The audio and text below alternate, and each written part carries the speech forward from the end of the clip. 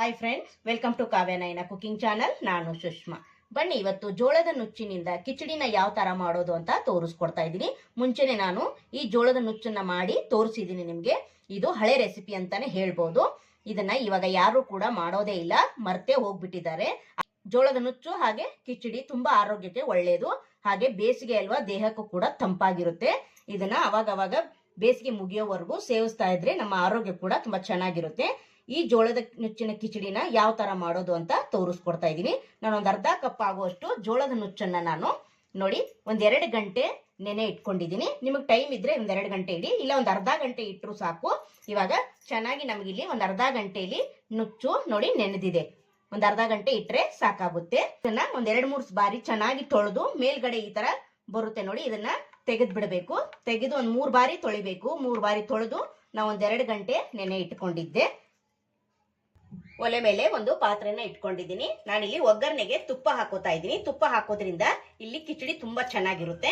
ನೀವು ಬೇಕಾದ್ರೆ ಹಾಕೊಳ್ಳಿ, ಬೇಡ ಅಂದ್ರೆ ಎಣ್ಣೆ ಕೂಡ ಹಾಕೋಬಹುದು. ನಾನು 1-2 ಚಮಚದಷ್ಟು ತುಪ್ಪನ ಹಾಕೊಂಡಿದ್ದೀನಿ. ಚೆನ್ನಾಗಿ ಬಿಸಿ ಆಗ್ಬೇಕು. ಇಲ್ಲಿ ನೋಡಿ, ತುಪ್ಪ ಚೆನ್ನಾಗಿ ಬಿಸಿಯಾಗಿದೆ. ನಾನು ಒಂದು ಅರ್ಧ ಸ್ಪೂನ್ ಅಷ್ಟು ಜೀರಿಗೆನ ಹಾಕೋತಾ ಇದ್ದೀನಿ. ಹಾಗೆ ಒಂದು ಹಸಿ ಮೆಣಸಿನಕಾಯಿನ ಹಾಕೋತಾ ಇದ್ದೀನಿ. ಹಾಗೆ ಇಲ್ಲಿ ಒಂದು ಬ್ಯಾಡಗಿ ಮೆಣಸಿನಕಾಯಿನ ಕೂಡ ಹಾಕೋತಾ ಇದ್ದೀನಿ. ಹಾಗೆ ಇಲ್ಲಿ ಸ್ವಲ್ಪ ಕರಿಬೇವು ಹಾಕೊಳ್ಳೋಣ. ಹಾಗೆ ಇಲ್ಲಿ 1-2 ಪಲಾವ್ ಎಲೆನ ಹಾಕೊಳ್ಳೋಣ. ಹಾಗೆ ಇಲ್ಲಿ ಸ್ವಲ್ಪ ಗೋಡಂಬಿ ಕೂಡ ಸೇರಿಸ್ಕೊಳ್ಳೋಣ. ಹಾಗೆ ಒಂದು 3 ಲವಂಗ, ಹಾಗೆ 1-2 ಪೀಸಷ್ಟು ಚಕ್ಕೆನ ಹಾಕೊಂಡು ಚೆನ್ನಾಗಿ ಇಲ್ಲಿ ಫ್ರೈ ಮಾಡ್ಕೊಳ್ಳೋಣ. ತುಂಬಾ ಅಂದ್ರೆ ತುಂಬಾ ಚೆನ್ನಾಗಿರುತ್ತೆ ಫ್ರೆಂಡ್ಸ್. ನಮ್ಮ ಉತ್ತರ ಕರ್ನಾಟಕದ ಸ್ಪೆಷಲ್ ರೆಸಿಪಿ ಅಂತಾನೆ ಹೇಳ್ಬೋದು. ನಾವು ಯಾವಾಗ್ಲೂ ಬೇಸಿಗೆಯಲ್ಲಿ ಈ ತರ ಮಾಡಿ ತಿಂತಾ ಇರ್ತೀವಿ. ಇವಾಗ ಎಲ್ಲರೂ ರೇರ್ ಆಗಿ ಮಾಡ್ಕೊಂತಾರೆ. ಆಲ್ಮೋಸ್ಟ್ ಕಡಿಮೆನೇ ಆಗಿದೆ ಅಂತ ಹೇಳ್ಬೋದು. ದೇಹಕ್ಕೆ ತಂಪು, ಆರೋಗ್ಯಕ್ಕೆ ತುಂಬಾ ಒಳ್ಳೇದು.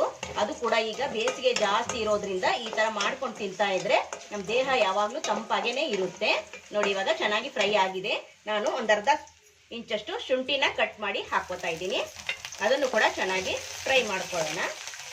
ಒಂದು ಅರ್ಧ ಗಂಟೆ ನುಚ್ಚನ್ನ ನೆನೆಸಿ ಇಟ್ಕೊಂಡ್ರೆ ನಾವು ಬೇಗನೆ ಮಾಡ್ಕೋಬಹುದು. ಒಂದು 5 ನಿಮಿಷದ ಕೆಲಸ ಇದು.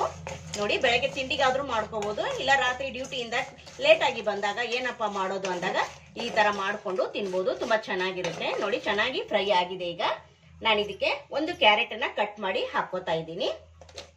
ಹಾಗೆ ಇಲ್ಲಿ ಸ್ವಲ್ಪ ಬಟಾಣಿ ಕೂಡ ಹಾಕೋತಾ ಇದ್ದೀನಿ. ನೀವು ಹಸಿ ಬಟಾಣಿ ಆದ್ರೂ ಹಾಕೋಬಹುದು. ನಾನು ನೆನೆಸಿ ಇಟ್ಕೊಂಡು ಹಾಗೆ 1-2 ವಿಸಿಲ್ ಕೂಗಿಸ್ಕೊಂಡಿದ್ದೀನಿ. ನೀವು ಹಸಿ ಬಟಾಣಿ ಇದ್ರೆ ಕೂಡ ನಿಮ್ಮ ಹತ್ರ ಹಾಕೋಬಹುದು, ತುಂಬಾ ಚೆನ್ನಾಗಿರುತ್ತೆ. ಇಲ್ಲ ನಿಮಗೆ ಬೇರೆ ತರಕಾರಿ ಯಾವ್ದಾದ್ರು ಬೇಕಂದ್ರೆ ಆ ತರಕಾರಿನ ಇಲ್ಲಿ ಕಟ್ ಮಾಡಿ ಹಾಕೊಂಡು ಚೆನ್ನಾಗಿ 1-2 ನಿಮಿಷ ನೋಡಿ ಎಣ್ಣೆಯಲ್ಲಿ ಫ್ರೈ ಮಾಡ್ಕೊಳ್ಳೋಣ. ನೋಡಿ, ಚೆನ್ನಾಗಿ ತರಕಾರಿ ಕೂಡ ಫ್ರೈ ಆಗಿದೆ. ನಾವು ಮುಂಚೆನೆ ಬೇಯಿಸಿ ಇಟ್ಕೊಂಡಿರೋದ್ರಿಂದ ತರಕಾರಿ ಇಲ್ಲೇನು ಜಾಸ್ತಿ ಫ್ರೈ ಆಗೋದು ಅವಶ್ಯಕತೆ ಇರಲ್ಲ ಫ್ರೆಂಡ್ಸ್. ನೋಡಿ, ಇವಾಗ ಚೆನ್ನಾಗಿ ಫ್ರೈ ಆಗಿದೆ. ನಾನಿಲ್ಲಿ 1.5 ಗ್ಲಾಸ್ ಅಷ್ಟು ಬಿಸಿ ನೀರನ್ನ ಮಾಡ್ಕೊಂಡಿದ್ದೀನಿ, ಅಂದ್ರೆ ಕಾಯಿಸ್ಕೊಂಡು ಇಟ್ಕೊಂಡಿದ್ದೀನಿ. ಬಿಸಿ ನೀರು ಹಾಕೋದ್ರಿಂದ ಬೇಗ ನಮ್ಗಾಗುತ್ತೆ ಇಲ್ಲಿ, ಅದಕ್ಕೋಸ್ಕರ ನಾನು ಬಿಸಿ ನೀರನ್ನ ಬಳಸ್ತಾ ಇದ್ದೀನಿ. ಇಲ್ಲಿ ನಾನು 1.5 ಗ್ಲಾಸ್ ಅಷ್ಟು ಬಿಸಿ ನೀರನ್ನ ಹಾಕೋತಾ ಇದ್ದೀನಿ. ನಾವು ಜೋಳದ ನುಚ್ಚನ್ನ ಎಷ್ಟು ತಗೊಂಡಿರ್ತೀವೋ ಅದಕ್ಕೆ ಸ್ವಲ್ಪ ಹೆಚ್ಚಿಗೆ ನೀರನ್ನ ಹಾಕೋಬೇಕಿಲ್ಲಿ, ಯಾಕಂದ್ರೆ ಸ್ವಲ್ಪ ಕುದಿಬೇಕಲ್ವಾ ನುಚ್ಚು, ಅದಕ್ಕೋಸ್ಕರ. ಅರ್ಧ ಕಪ್ ಅಷ್ಟು ಜೋಳದ ನುಚ್ಚಿಗೆ ನಾನು ಇಲ್ಲಿ 1.5 ಕಪ್ ಅಷ್ಟು ನೀರನ್ನ ಬಿಸಿ ಮಾಡಿ ಹಾಕೊಂಡಿದ್ದೀನಿ. ನೋಡಿ, ಇವಾಗ ಚೆನ್ನಾಗಿ ಕುದಿತಾ ಇದೆ. ರುಚಿಗೆ ತಕ್ಕಷ್ಟು ಉಪ್ಪನ್ನ ಸೇರಿಸ್ಕೊಳ್ಳೋಣ. ನೋಡಿ, ಬಿಸಿನೀರು ಹಾಕಿದ್ರಿಂದ ಎಷ್ಟು ಬೇಗ ಕುದಿ ಬಂತಲ್ವಾ, ಅದಕ್ಕೋಸ್ಕರ ಬಿಸಿ ನೀರನ್ನೇ ಬಳಸಿ ಆದಷ್ಟು ಬೇಗ ನಾವು ಮಾಡ್ಕೋಬಹುದು. ನೋಡಿ, ಇವಾಗ ರುಚಿಗೆ ಉಪ್ಪನ್ನ ಸೇರಿಸ್ಕೊತಾ ಇದ್ದೀನಿ.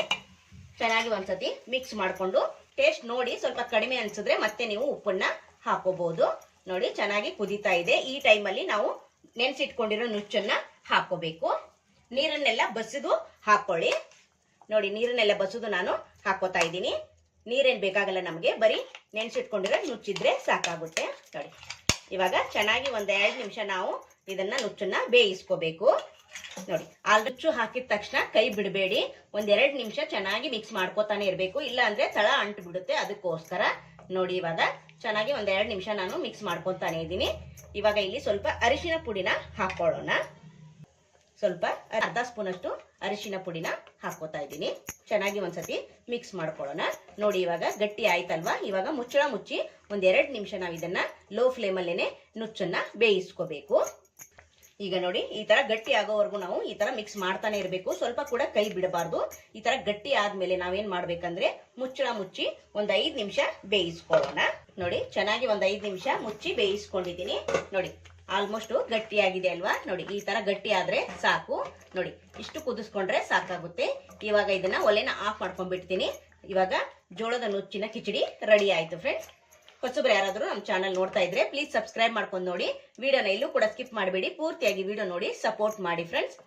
ಹಾಗೆ ನಮ್ಮ ವಿಡಿಯೋಗಳು ನಿಮ್ಗೆ ಏನಾದರೂ ಯೂಸ್ಫುಲ್ ಅನ್ಸಿದ್ರೆ ನಿಮ್ಮ ಫ್ಯಾಮಿಲಿ ಫ್ರೆಂಡ್ಸ್ಗೆಲ್ಲ ಶೇರ್ ಮಾಡಿ. ಆದಷ್ಟು ನಾನು ಸಿಂಪಲ್ ಆಗಿ ಹೆಲ್ದಿ ರೆಸಿಪಿನ ತೋರಿಸ್ಕೊಡ್ತಾ ಇರ್ತೀನಿ. ನೋಡಿ ಇವಾಗ ಒಲೆನ ಆಫ್ ಮಾಡ್ಕೊಂಡಿದ್ದೀನಿ. ಈಗ ಮುಚ್ಚಳ ಮುಚ್ಚಿ ಇದನ್ನ ಒಂದು 5 ನಿಮಿಷ ಬಿಟ್ಟು ಬಿಡಬೇಕು. 5 ನಿಮಿಷ ಆದ್ಮೇಲೆ ನಾನು ನಿಮ್ಗೆ ಸರ್ವ್ ಮಾಡಿ ತೋರಿಸ್ತೀನಿ. ನೋಡಿದ್ರ ನುಚ್ಚು ಚೆನ್ನಾಗಿ ರೆಡಿ ಆಗಿದೆ. ನೋಡ್ತಾ ಇದ್ದೀರಾ, ಸ್ವಲ್ಪ ನೀರು ಇರುವಾಗ್ಲೇನೆ ಒಲೆನ ಆಫ್ ಮಾಡಿಕೊಂಡು ಮುಚ್ಚಳ ಮುಚ್ಚಿ ಬಿಟ್ರೆ ಚೆನ್ನಾಗಿ ಹಬೇಲೇನೆ ನಮಗೆ ಒಂದು 5 ನಿಮಿಷದಲ್ಲಿ ಜೋಳದ ನುಚ್ಚಿನ ಕಿಚಡಿ ರೆಡಿ ಆಯ್ತು ಫ್ರೆಂಡ್ಸ್. ನೋಡಿ ಬನ್ನಿ ಇವಾಗ ಪ್ಲೇಟ್ಗೆ ಸರ್ವ್ ಮಾಡ್ಕೊಳ್ಳೋಣ. ಆರೋಗ್ಯವಾದ ಜೋಳದ ನುಚ್ಚಿನ ಕಿಚಡಿನ ಯಾವ ತರ ಮಾಡೋದಂತ ನೋಡಿದ್ರಲ್ಲ ಫ್ರೆಂಡ್ಸ್. ನೀವು ಕೂಡ ಒಂದ್ಸತಿ ಟ್ರೈ ಮಾಡಿ ನೋಡಿ, ನಿಮ್ಗೂ ಕೂಡ ತುಂಬಾ ಇಷ್ಟ ಆಗುತ್ತೆ. ಆರೋಗ್ಯಕ್ಕೂ ಕೂಡ ತುಂಬಾ ಒಳ್ಳೇದು. ಬಿಸಿಲು ಕೂಡ ಜಾಸ್ತಿ ಇದೆ, ಮಕ್ಕಳು ಕೂಡ ಮನೇಲಿ ಇರ್ತಾರೆ, ಅವ್ರಿಗೆ ತಂಪಾಗಿ ಇರೋದನ್ನೇ ಆದಷ್ಟು ಮಾಡಿಕೊಡಿ. ಹೆಲ್ದಿಯಾಗಿ ಮನೇಲೇನೆ ಆದಷ್ಟು ಈ ತರ ಮಾಡಿಕೊಟ್ರೆ ತುಂಬಾ ಇಷ್ಟಪಟ್ಟು ತಿಂತಾರೆ. ಈ ವಿಡಿಯೋ ನಿಮಗೆ ಇಷ್ಟವಾದರೆ ಪ್ಲೀಸ್ ಲೈಕ್ ಮಾಡಿ, ಶೇರ್ ಮಾಡಿ, ಕಮೆಂಟ್ ಮಾಡಿ, ಸಬ್ಸ್ಕ್ರೈಬ್ ಮಾಡ್ಕೊಳ್ಳಿ. ನಮ್ಮ ವಿಡಿಯೋ ನೋಡಿದ್ದಕ್ಕಾಗಿ ನಿಮ್ಮೆಲ್ಲರಿಗೂ ಧನ್ಯವಾದಗಳು. Thank you for watching. ನಮಸ್ಕಾರ ಫ್ರೆಂಡ್ಸ್.